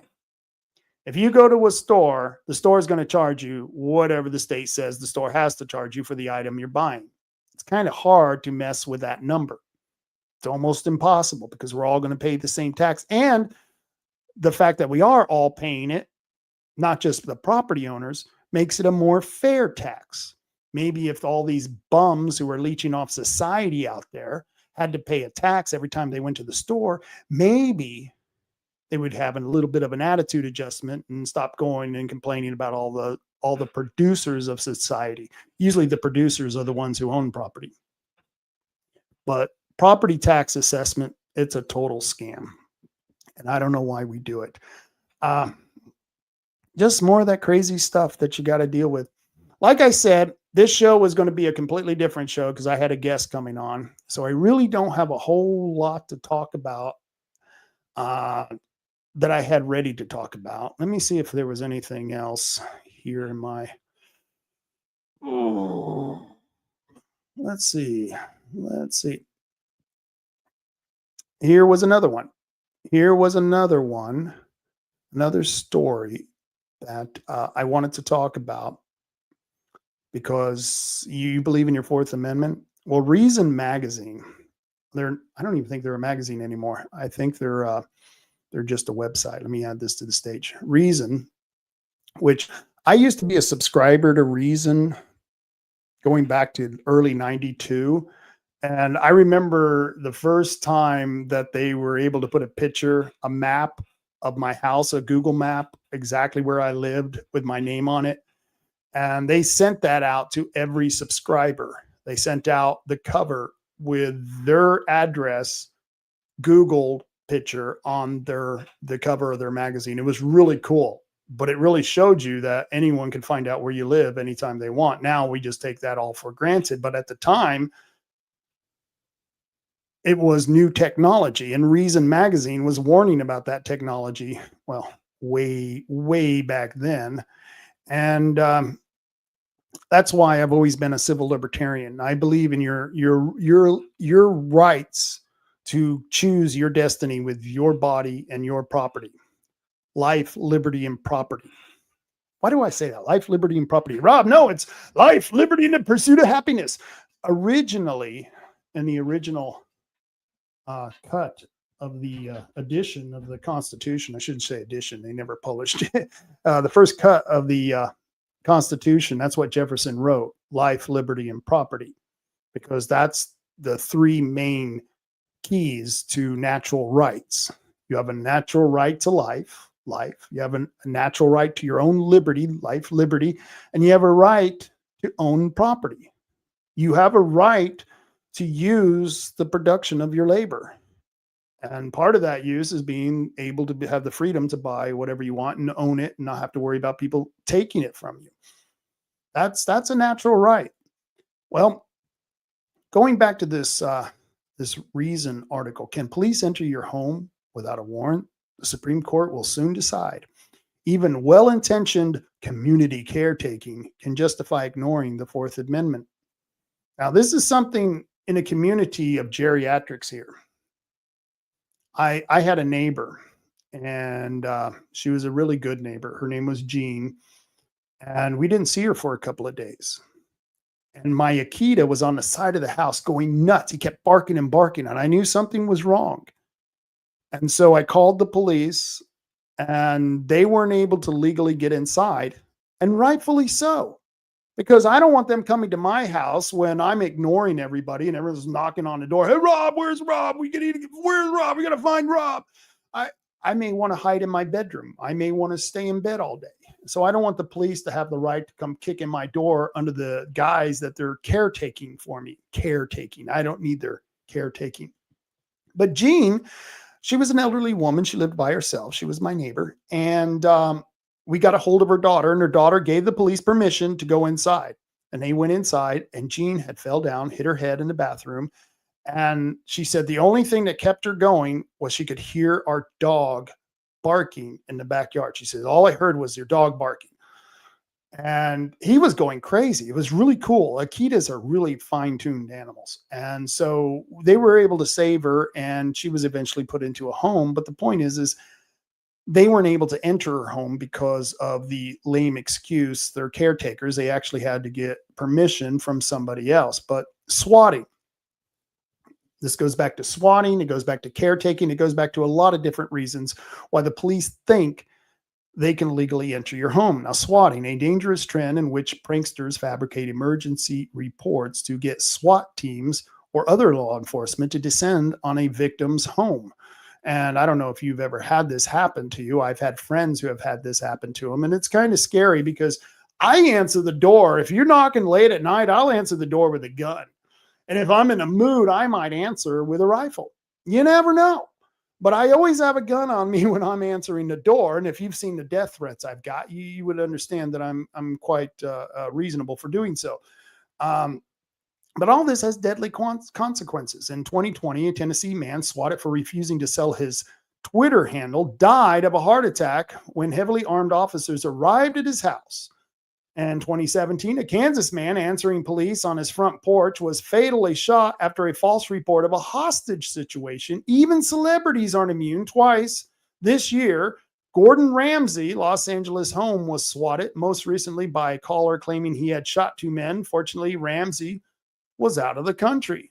Well, I'm one of those who thinks that maybe the police should, do a little bit better job of finding out what's going on before they just kick in someone's doors. But tragedies like these highlight a critical question. Should a simple call to emergency services be enough to justify sending heavily armed officers into someone's home?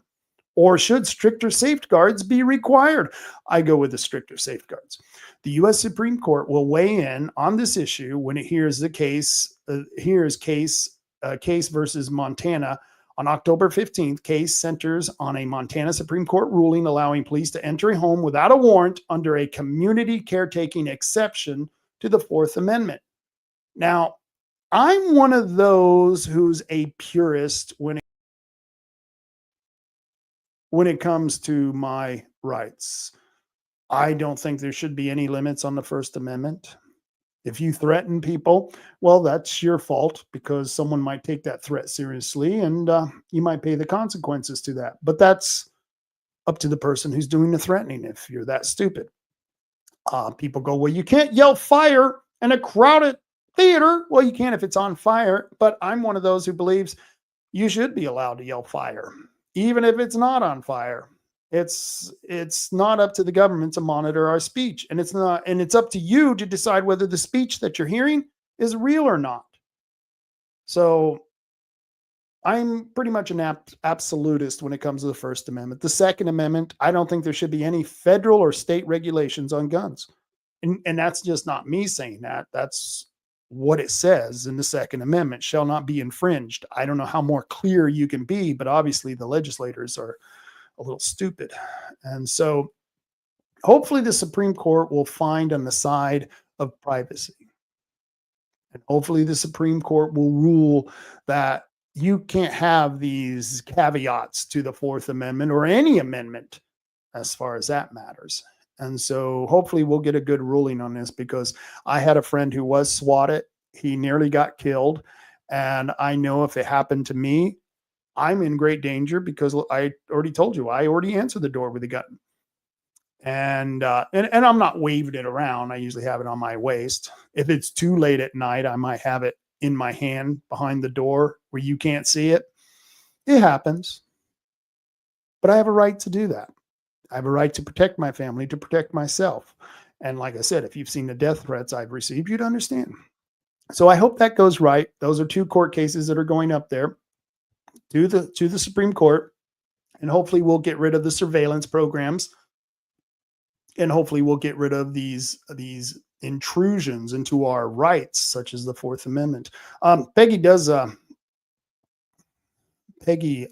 Rents made a couple of comments, and so did a couple of other. I'll go to her very last comment. She says, my property is way over assessed. Doug, hey, Doug and Carol, great people. Thanks, Rob. I was in a good mood until you had to look at our property tax breakdown. I'm sorry. Don't shoot the messenger.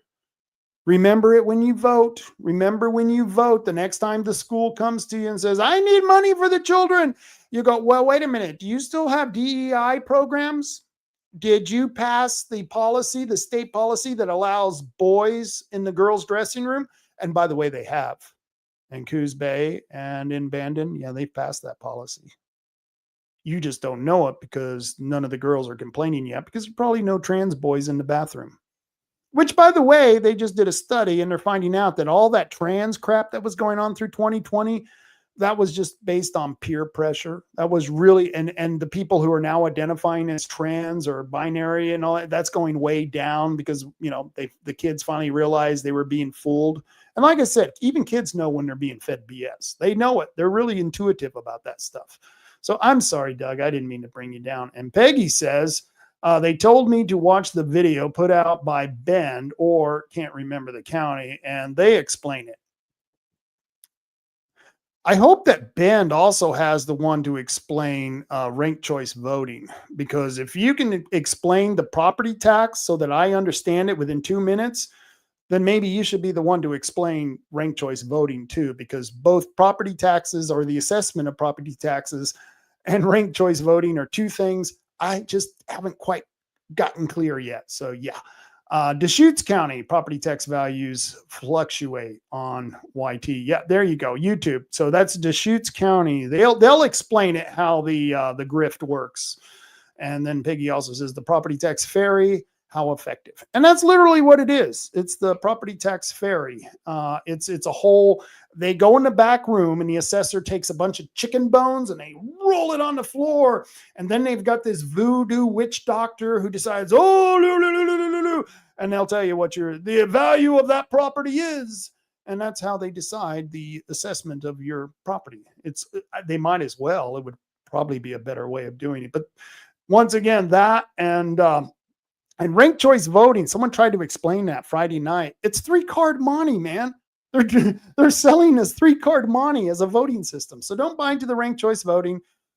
And for gosh sake, stop voting for local taxes. The rest of us, we know the scam is going on. And if you don't know, that's your problem. But stop voting for taxes. Let's see. Before I get out of here, I wanted to tell you about the 2 Supreme Court cases. Okay, I covered that. I covered all of the petitions we're doing. I told you about the headquarters. And by the way, hopefully we'll have that up and going this Thursday, the headquarters. We're still waiting on insurance.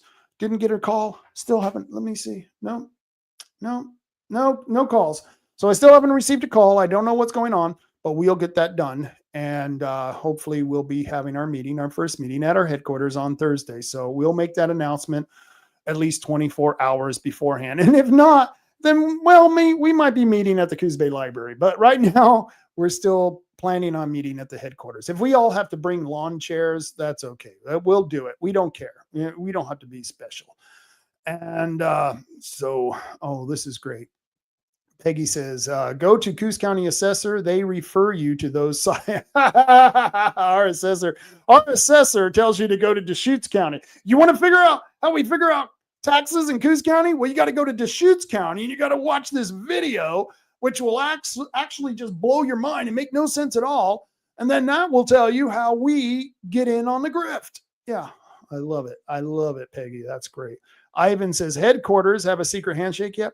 No, and the Republicans already have the to the neck handshake. So I don't know if we can duplicate that, but yeah, we'll work on that at the next meeting. And thank you for watching, Ivan. I appreciate that. And I appreciate all of you who tuned into this show. And I didn't get any notice from Matt Holman from 3H Tree Service. They were playing Where's 3H Tree Service, but I didn't get that. So I don't know. I don't know if they had a winner yet. It's probably on Facebook, but yeah. So if you were interested in that, you have to go to Facebook to 3H Tree Service, and that's 3H Tree Service Facebook page. They also can come in and take out those bad trees you have. You got some really bad trees, the ones who are hanging over your eaves. They're cutting out the sunlight, so you can't grow those strawberries and tomatoes. Well, call 3H Tree Service. They can come in. They'll take out those trees with surgical precision, and they'll leave you a beautiful view. It's a wonderful thing. And they can be reached at 541-294-1800. Matt is really good about taking care of business, and the business is licensed. He is a licensed arborist. Not too many tree services actually have a licensed arborist. And last time he was on the show, he explained the difference between a male and a female tree, which is good because I was feeling around the trunk for the balls, but I guess you don't have to do that. So I must have looked like a fool out there, but that's okay. I like hugging trees, not because I'm an environmentalist. I'm just a little weird. So 3H Tree Service, 541-294-1800. They can take those trees out with surgical precision and leave you with a view. The other sponsor of mine is Tom and Gigs. I was over there talking to Tim, and he was putting in a tonneau cover, and man, that thing looks slicked. It was just beautiful. And it was like a brand new Ford pickup he was putting that sucker on. And if you need a tonneau cover, shocks, struts, maybe you're going to go on a trip and you want to find out if your car is trip worthy, give a call to Tom and Gigs. They'll schedule an appointment and they'll take care of you. You can reach them at 541-888-4660. That's Tom and Gigs at 541-888-4660. And you can find them at 135 South Shoneman Street in Coos Bay, which is in the Empire neighborhood. right behind the car wash. If you know where the Empire neighborhood is, you know where the car wash is. And they got a lot of good stuff there. This is their front store, Tom and Gigs. They got lift kits and performance accessories. They got a large I need to take that picture out. They don't have this guy anymore. And I know why, because someone saw this show, realized how cool this remote control little gadget was, and they realized that they needed it. They could not live without it. But that's okay. They got other stuff. And so if you need a remote control car, one of these badass little machines here, they've got quite a selection. And they have all the accessories that these cars need. That's cool. Look at that. That car doesn't look nearly that big until this guy's holding it, huh? And they also got planes, they've got Herocopters, and they've got Tannerite. Tannerite, yes. And you have to be 18 years old to buy the Tannerite. And they check ID. Let's see. One of my other sponsors, and I just talked to them. They're going to be having a Halloween sale soon. I should be getting it. I'll announce that next week, but they will be having Halloween sales that will be starting soon. So look for that at Herbal Choices. They're the cannabis dispensary of my choice. The herbalchoices.com website can give you all the information you need to know about the variety and different products that they sell at Herbal Choices. And it's a really great store. They're a really great group of people. And you have to be 21 years or older to get in. And they have 5 different convenient locations, one in Charleston, one in Coos Bay, one in Bandon, one in Reedsport, and one in North Bend. Very good company there. And abstinence. I'm selling abstinence. I figured if I'm going to sell pot, I'm going to sell abstinence too. I'm coming up with the abstain game. We're gonna. It's a game that I was thinking that we should start doing this on a Friday night rant. Let me just give me a few minutes to explain the abstain game, where we give the contestants, that's anyone who wants to play on a Friday night, you let us know what you're going to abstain from. And on the next Friday night, we'll find out if you actually did it. I think we're going to start that. I was going to start the abstain game. And we're going to start out with the 7 deadly sins. And we'll give you a list of the 7 deadly sins. And tell us what you're going to abstain from. As you notice, I tried to abstain from cursing, but yet that hasn't worked. I like smoking pot, so I probably won't abstain from that. I have abstained from drinking. I haven't drank in a long time. I tried to have a glass of wine for dinner the other night, and it was just disgusting. I don't know why. Once in a while I'll like alcohol, and I don't mind drinking alcohol, but I don't know. Every now and then I'll just smell it, I'll taste it, and it's just gross. So I'm a teetotaler today, and I'm abstaining from alcohol. Doesn't make me better than anyone else. It just means that I'm working for improving myself. And now I got to stop cussing, and I've got to stop smoking pot, which I don't know. I really enjoy smoking pot, but that's a hard one. But I think we all have bad habits that we need to get rid of. Sometimes I'm a little too lazy. I like to sleep a lot. It was funny. I was like last night, I spent the weekend, we were watching my granddaughter, and last night by 8:00, I was ready for bed. I don't even think it was dark outside, and I'm ready to go to bed. And because I'm an old man now, and I would have slept, I don't know, probably until 9 today if I had the chance. I mean, I did get up early, but I like being lazy too. So that maybe that will be something I will work on. That's one of the 7 lazy sins. Lust. I don't know. I'm an old man. I don't really lust for much. No, that's not really a problem. I don't gamble. I don't do a lot of gamble. I think life is a gamble enough. So I don't know. Abstinence, once again, if I sell pot, I want to push abstinence too, because you don't have to be a pot smoker. You don't have to be a drinker. You don't have to be a cusser. You can be a good person and choose to abstain from all those bad things. Of course, Oregon Firearms Federation. I'm pushing the Oregon Firearms Federation because they are the only no compromise gun group in Oregon, and Kevin Sterrick just kicks ass, and they're still fighting. It's amazing. Measure 114, they're still paying lawyers to fight that in court. And so we need, eventually Supreme Court is going to come down and put a slam on all that. But until then, we have to continue fighting it. It's a crazy system that we have, but that's what we have. and OregonFirearms.org if you want to find out more. Sign up for Kevin's newsletter because you can find out a lot about politics. Kevin is astute at analyzing the legislature and what they do. Let's see, Band and Gun Club, they're not my sponsors, but I like to promote them because I think everyone should hone in their firearm skills at bandandgunclub.org. If you live in Bandon, if you live in the county, TaigaSportsPark.org. They have a short gun range, and they also have a long gun range. You can sight in your telescope there. I think they have a 100-yard range out there. You just have to, you got to check in with TaigaSportsPark.org to see if they're going to be open on the weekend, because they're not always open because the whole group, the whole park is based on volunteers, and they are accepting applications for volunteers if you want to show people how to shoot.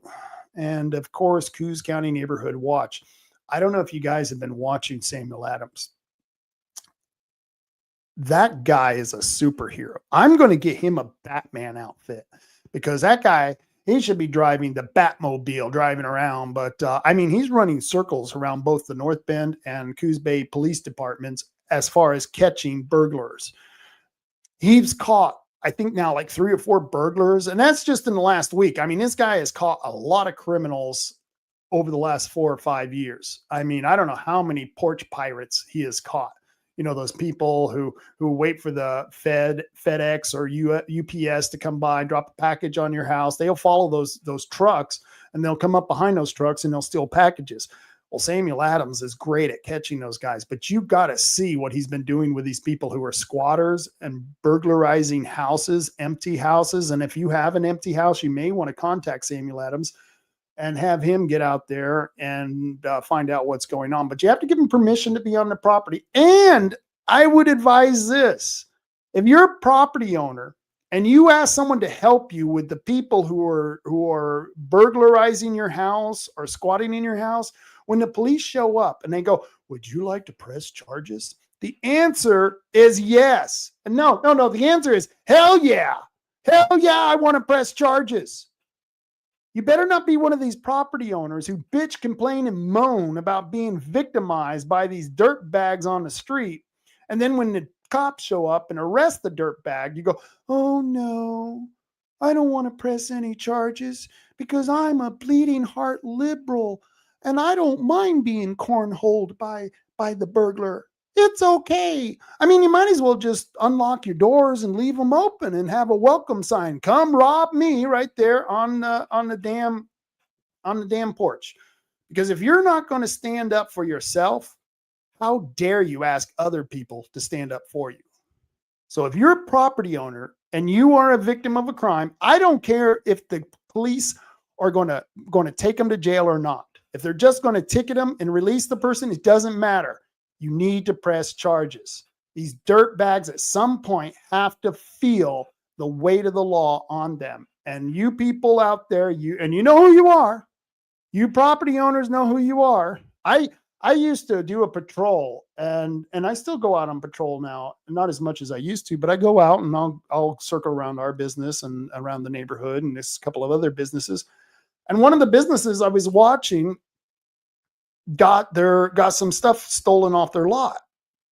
And when they found the person, the business owner refused to press charges. And I haven't gone up to the business owner yet. I've been waiting to see them in public. I haven't seen them since it's happened. And I was going to go, "How dare you ask me to patrol your property? And when someone catches someone on your property, you don't press charges? What the hell is the matter with you? How dare you ask people to waste their time making sure you're not getting robbed or vandalized, and then you spit in our face by not charging the criminal?" Man, that's insulting. And this has happened to Sam several times with a property owner. Sam has caught the burglar and the property owner refuses to press charges.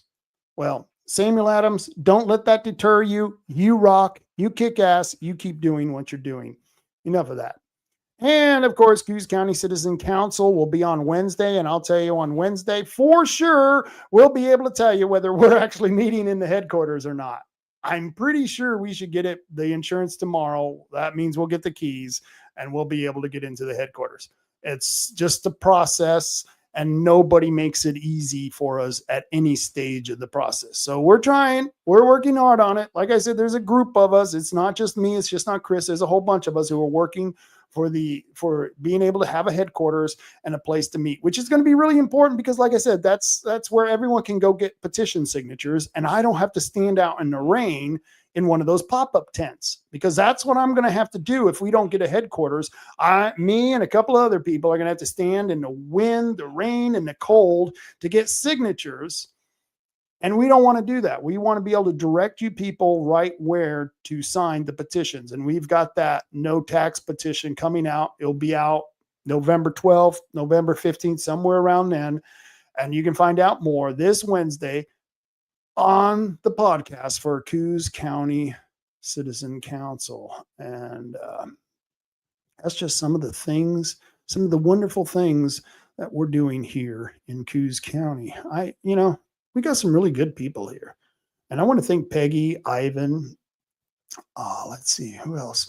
Daryl, Doug, Jeff, Rick, and of course, Samantha for joining me on the show today. I appreciate you watching. I appreciate you staying tuned. I love all the things you guys are doing.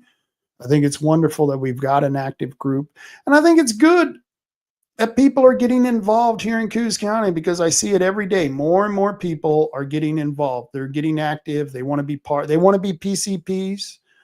Let me see if I can get that up there real quick. Yep, there we go. Let me add this to the stage. Yeah, there we go. So I've got to remove that one. And then I got that right there. So there you go. Before I get out of here, I want you to know,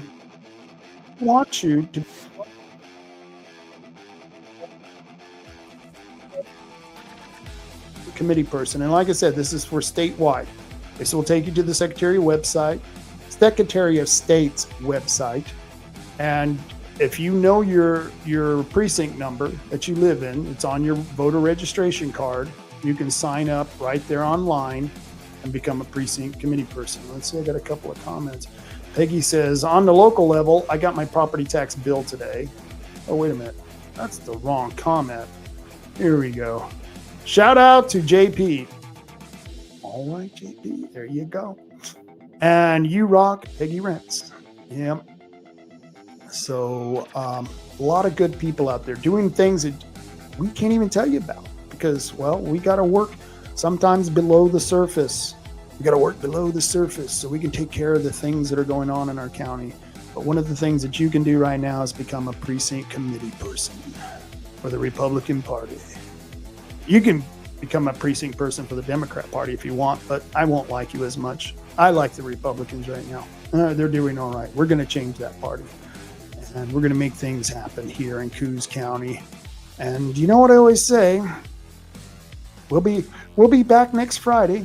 I'm going to have a wild show this Friday. It's going to be pretty wild. I may be broadcasting live from our new headquarters. I don't know yet. I can't make any guarantees, but if the people I know who are going to be on, it's going to be a wild show.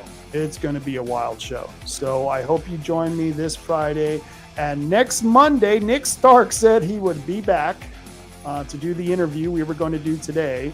And I told you why we couldn't do it today, but we'll be doing that next week.